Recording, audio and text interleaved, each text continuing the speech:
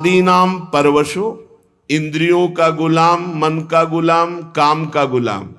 परवशो, काम के अधीन, इंद्रियों के अधीन, मन के अधीन। यशोर्थी, यश चाहने वाला, मेरा नाम हो जाए, मेरी कीर्ति हो जाए।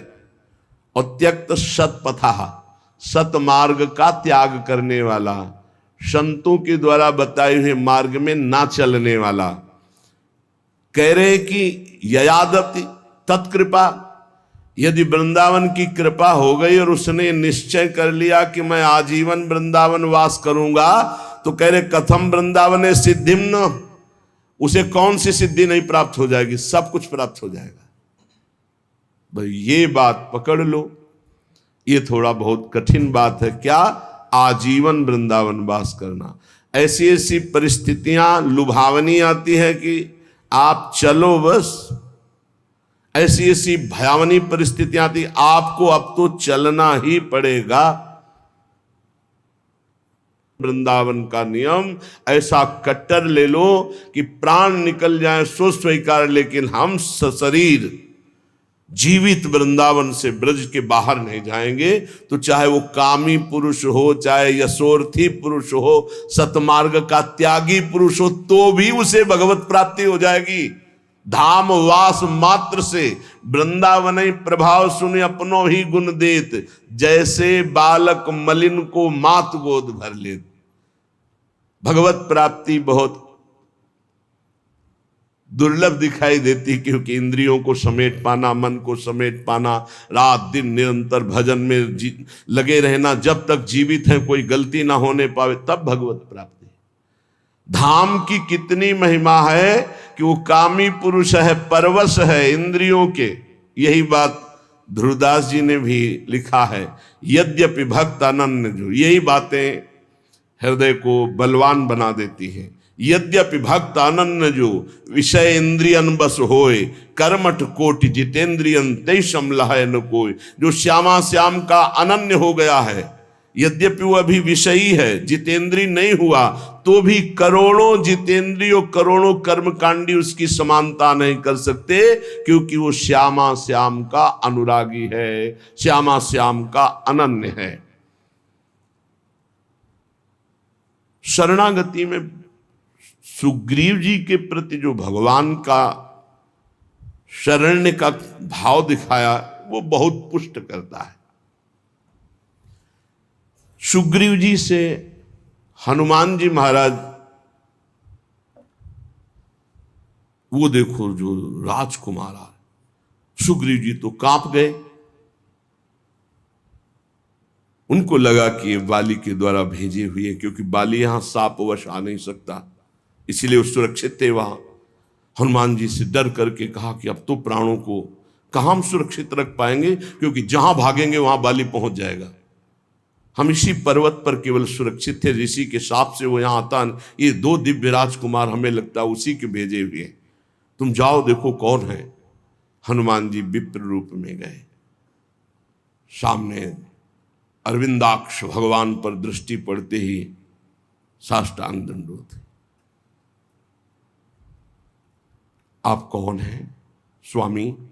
नंगे पैर ऐसे कटीले कंकरीड़े जंगल में भ्रमण कर रहे हैं, आपके इस भ्रमण का हेतु क्या है? कहा मैं दशरथ नंदन राम और ये लखन, पिता की आज्ञा से हमें 14 वर्ष का वनवास मिला हुआ है। पर आप कौन हैं? विप्र देवता, आप ऐसे मृदु वचनों से और आपको देखने से लग रहा है कि आपका हृदय बड़ा महान है, क्योंकि आंखों में अश्रु आपके भरे हुए हैं। आप कौन हैं? तो बोले स्वामी मैं तो मंद बुद्धि भूल सकता हूं, लेकिन आप ऐसे पूछेंगे, मैं तो आपका सेवक हूं।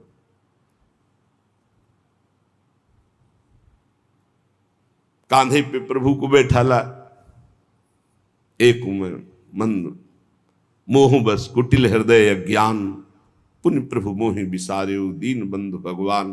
भगवान को सुग्रीव देखकर समझ गए कि ये अनुकूल है, प्रतिकूल नहीं, क्योंकि प्रतिकूल होते तो हनुमान जी ऐसे नहीं लाते। बहुत आनंदित हुए। हनुमान जी महाराज परिचय सुग्रीव का श्री राम जी को और राम जी का परिचय सुग्रीव को देते हैं। जब परिचय सुना और समस्या सुनी तो भगवान ने कहा तुम चिंता मत करो, मान लो बाली मारा गया, मान लो, तुम निश्चिंत हो जाओ। और अग्नि को साक्षी करके मित्रता की हनुमान जी महाराज की कृपा से।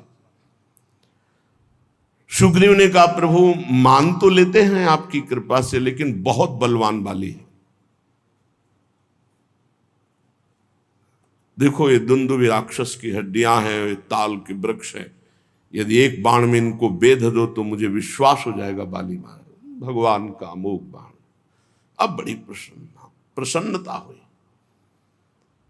भगवान ने कहा जाओ ललकारो जाकर बाली को।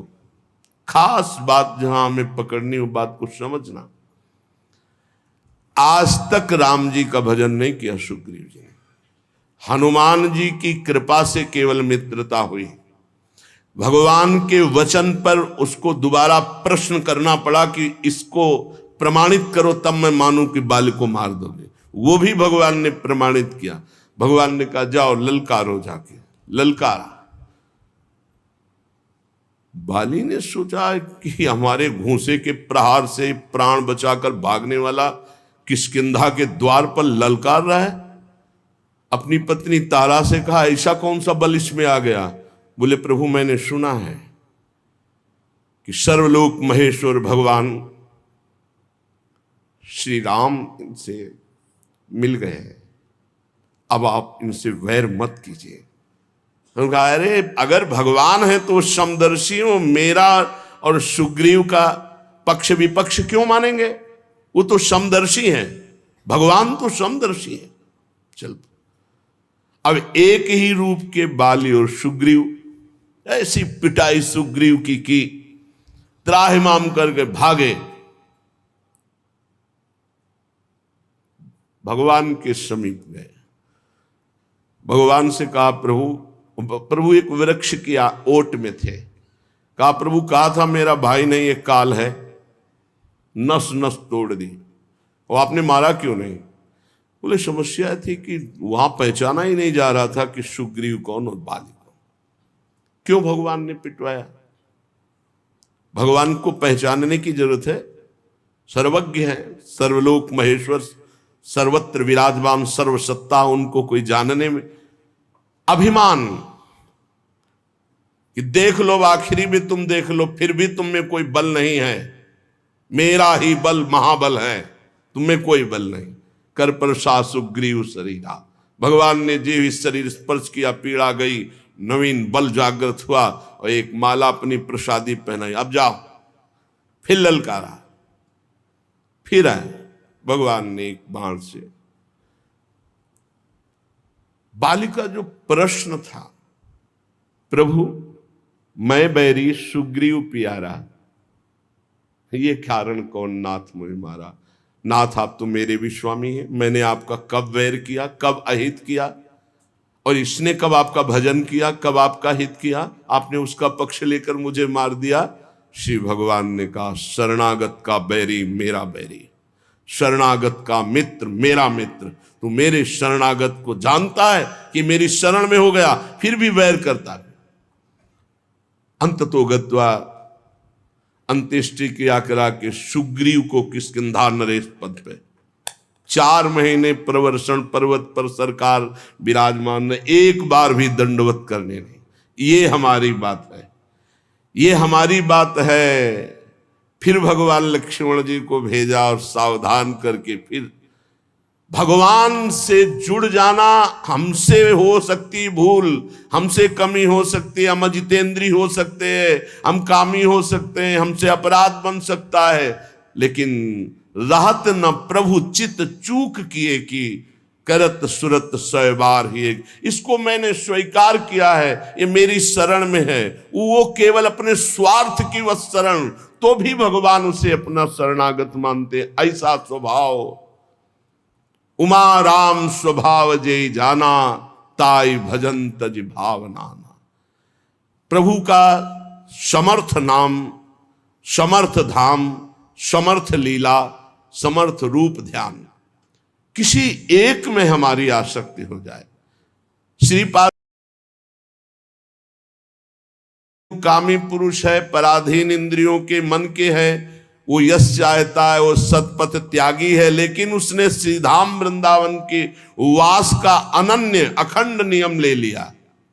अब उसको कौन सी सिद्धि नहीं प्राप्त हो जाएगी, सब कुछ प्राप्त हो जाएगा। ध्रुवदास जी कहते हैं वो अजितेंद्रीय है, विषयी है, लेकिन श्यामा श्याम का अनन्य हो गया है, तो करोड़ों जितेंद्रियों कर्मकांडी उसकी समानता नहीं कर सकते। विशुद्ध सत्व परमे श्रीमद वृंदावन त्वयि कृतानंतापराधस्य त्वमेव शरणं मम, त्वमेव शरणं मम।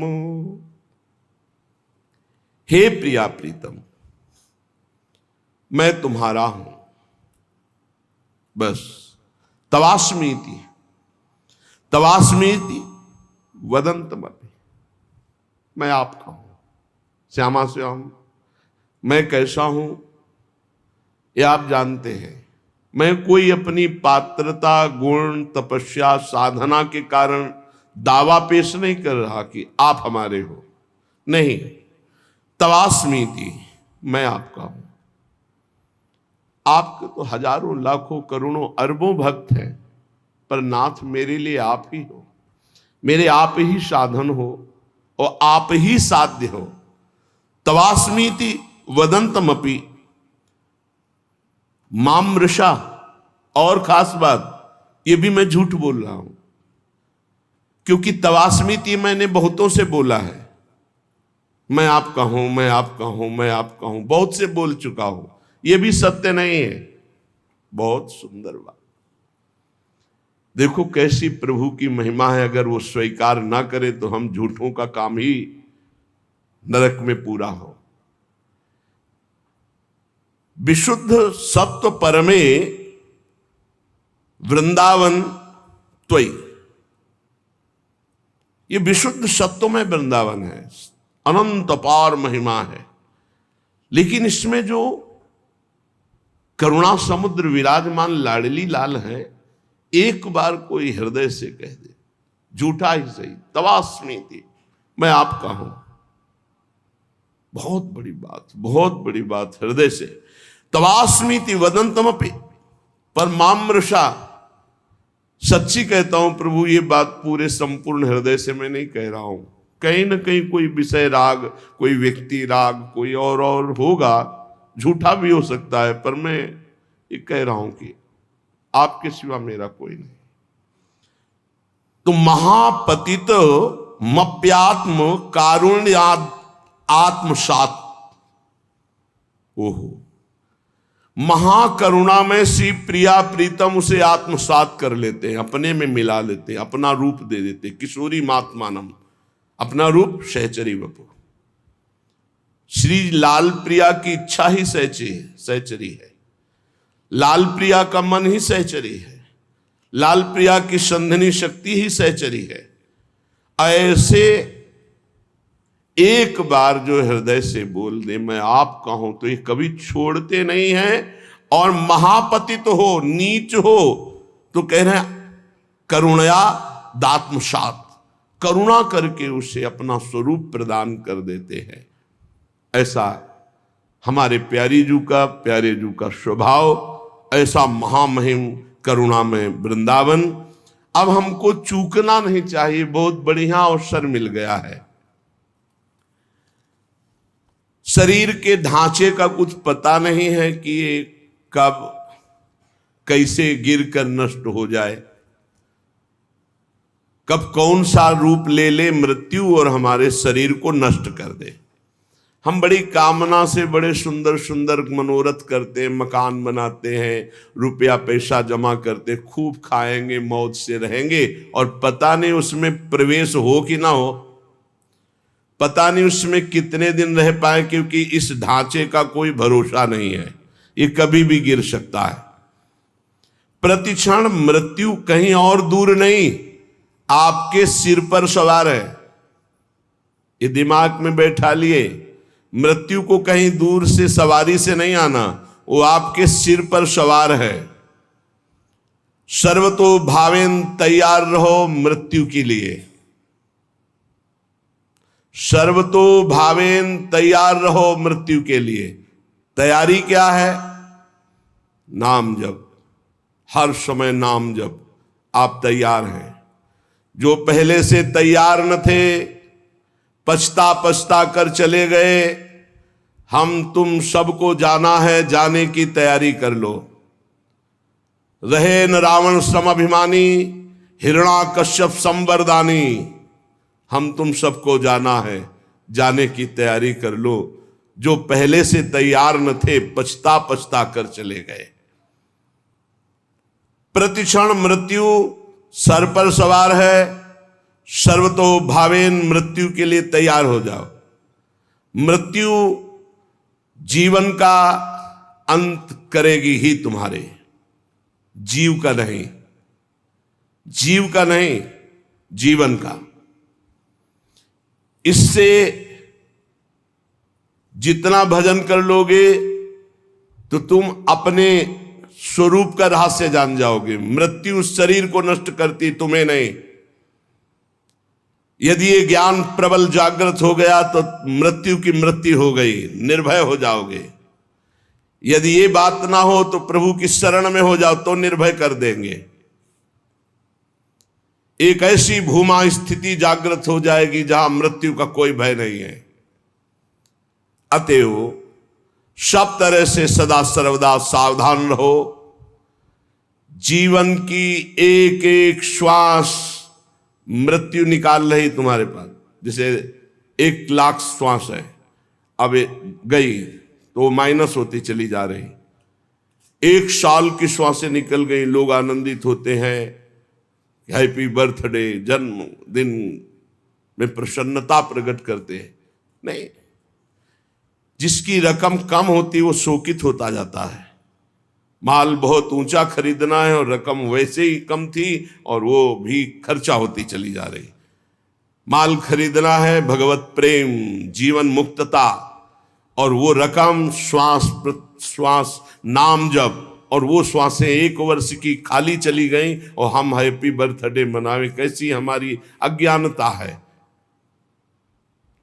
मृत्युकालीन जिसका नाम चलता होता है तो इस शुभ चिंतन के प्रभाव से वर्तमान में नाम चलता होता है, उसकी मृत्यु शुभ हो जाती है, बड़ा मंगलदायी मृत्यु होती है। भगवान का नाम जपते जपते शरीर छोड़ दे, ये सबसे बड़ी बात। या तो ब्राह्मी स्थिति, ब्रह्माकार वृत्ति, और या भगवान का नाम जप करते हुए, 2 में ही भगवत प्राप्ति। इससे मृत्यु को सदा पहचानो कि मेरे सिर पर सवार कभी भी हो सकती, घटना प्रतिघटना कभी कुछ भी हो सकता है। शरीर पता नहीं रहे कि ना रहे, इसलिए राधा राधा राधा राधा।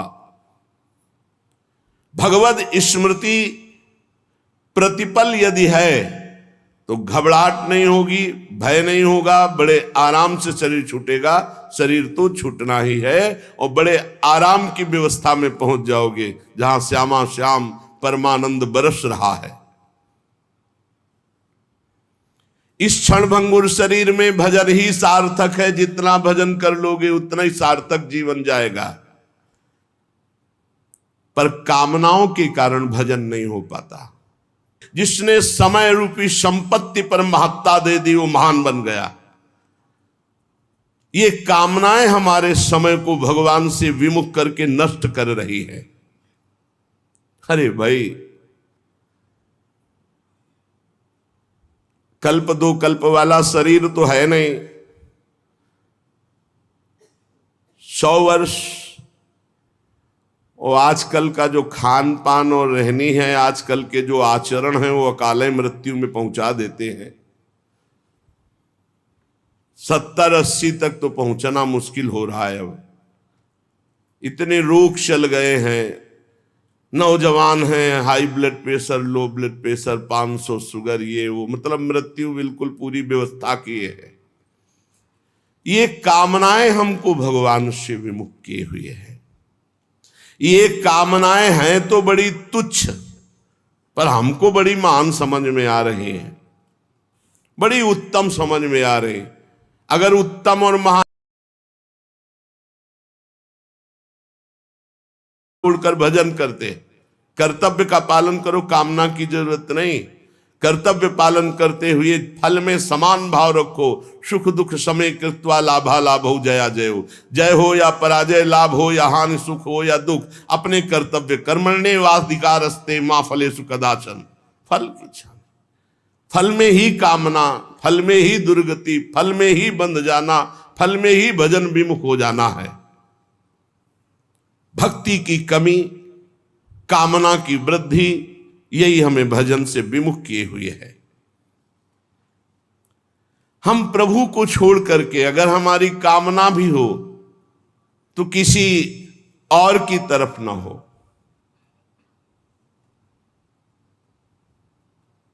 जग जाची को न जाची जो, जिय जाची जान की जान ही रे। आहा, जग जाची को न जाची जो, जिय जाची जान की जान ही रे। जेहि जाचत जाचकता जरि जाई, जो जारति जोर जहान ही रे। गोस्वामी तुलसीदास जी ने कह रहे हैं, ये पद केवल सुनने गाने का नहीं, इसे जीवन में उतारने का। अगर तुम्हें कुछ चाहिए तो जग जाची को ना, किसी से मत मांगो, इस संसार में किसी से। ये बात पकड़ लो, बात पकड़ लो। जग जाची को ना, मेरी बात मान लो, कोई तुम्हारी बात पूरी नहीं कर सकता किसी से संसार में, कभी किसी से मत मांगना। जाची जो, अगर मांगना ही है तो हृदय से जाची जान की जान ही रे, भगवान श्री हरि से मांगो। क्या होगा? जेहि जाचत जाचकता जरि जाय, मांगना मिट जाएगा। जेहि जाचत जाचकता जरि जाई, जो जारत जोर जहा नहीं रे। मांगो तो केवल प्रभु से मांगो, जिससे मंगतापन मिट जाएगा। वो ऐसे दाता है, दे देंगे ना, जन्म जन्म की मांग पूरी हो जाएगी। जिसके जानने के बाद कुछ जानना बाकी नहीं रहता, जिसके पाने के बाद कुछ पाना बाकी नहीं रहता। इसलिए किसी से मत मांगो, किसी से मत कामना करो, केवल प्रभु से करो, इंतजार करो। उनकी बाट जो हो किसी और की तरफ मत देख लेना। जो सकाम भाव रखते हैं, मांगते हैं, तो केवल प्रभु से मांगो, अन्य से नहीं। ये तुम नियम ले लो कि हमारा आराध्य देव ही हमारी पूर्ति करेगा, हम दूसरे से कभी नहीं। श्यामा श्याम ही बहुत महान है, हम कैसे तुम्हें क्या क्या बतावें तुम्हें। उनकी कृपा, केवल उनकी कृपा, केवल उनकी कृपा का आश्रय है। कभी अन्य का आश्रय ले लेंगे तो आपकी भक्ति बाधित हो जाएगी, आपका जीवन समस्या में पड़ जाएगा और आपको परेशानी ही परेशानी हो जाएगी। केवल प्रभु का आश्रय। सकामता है, माना भी आप निष्काम नहीं हुए तो प्रभु पर निर्भर हो जाओ, वही पूर्ण करेंगे। वो कामना भी पूर्ण कर देंगे और आपका कल्याण भी कर देंगे। ऐसा स्वभाव है हमारे स्वामी का। पत्नी के लिए आराधना भगवान श्री हरि की कर रहे हैं तो पत्नी भी मिली, तो आदि सम्राट महाराज मनु की पुत्री महान देवी देहूति जी, और भगवान अपनी तरफ से बोले कि मैं पुत्र बन करके आऊंगा। और कपिल भगवान के रूप में आके सांख्य शास्त्र का उपदेश करके कर्दम जी को परम पद में आरूढ़ किया। अगर भगवान से मांगा जाए तो विषय भी दे देते और साथ में अपने आप को भी दे देते कि अब तुम हमसे मांगे हो तो अब ऐसी तुम्हारे अंदर ज्ञान वृत्ति जागृत करेंगे कि अब तुम्हारा मांगना मिट जाए, जाचकता जरी जाए। जो आज तक कोई सफल हुआ है मानो, वो केवल भागवतिक शक्ति से, दिव्य शक्ति से सफल हुआ है। किसी को अगर सफलता लौकिक पारलौकिक वास्तविक सफलता का मतलब रुपया पैसा बढ़ जाना, लोग संपत्ति यश मान कीर्ति नहीं, काम क्रोध लोभ मोह मद मत्सर इन पर विजय प्राप्त करना सफलता है। और तुम लाखों उपाय कर लो, इन पर विजय प्राप्त नहीं कर सकते। इन पर जो सफलता प्राप्त करना है वो केवल भगवान की शक्ति से होता है। भगवान के एक संकल्प मात्र से अनंत ब्रह्मांड प्रकट हो गए। वो भगवान तुम्हारे लिए क्या नहीं कर सकते। तुम अन्य आश्रय अन्य कामना ना करो, केवल भगवान का आश्रय लेकर भगवान से भगवान की कामना करो, निहाल हो जाओगे। अगर द्रौपदी जी अन्य आश्रय न लेकर के पहले ही भगवान को आर्तभाव से पुकार देती तो समस्या इतनी नहीं बढ़ पाती। समस्या आई तो बहुत जगह मन फैला द्रौपदी जी का। पति हैं, भीष्म जी आदि हैं, हम बड़े बड़े बुजुर्ग जन हैं, भला ऐसा कैसे होने देंगे। और जब कोई नहीं रोका तो अपनी भुजा, अपना दांत का बल, यही सब बातें हमें भगवान से दूरी बनाए हुए हैं, समय की दूरी बनाए हुए। और जहां उन्होंने सब आश्रय छोड़ा और एकमात्र भगवान को पुकारा तो भगवान वस्त्रावतार हो गया। ये केवल कथा सुनाने और पढ़ने की विषय, सुनने का पढ़ने का विषय नहीं, ये जीवन में उतारने का है कि चाहे विपत्ति हो, चाहे कामना हो, कैसी भी परिस्थिति, सीधा श्री भगवान से आर्त भाव से अन्य आश्रय छोड़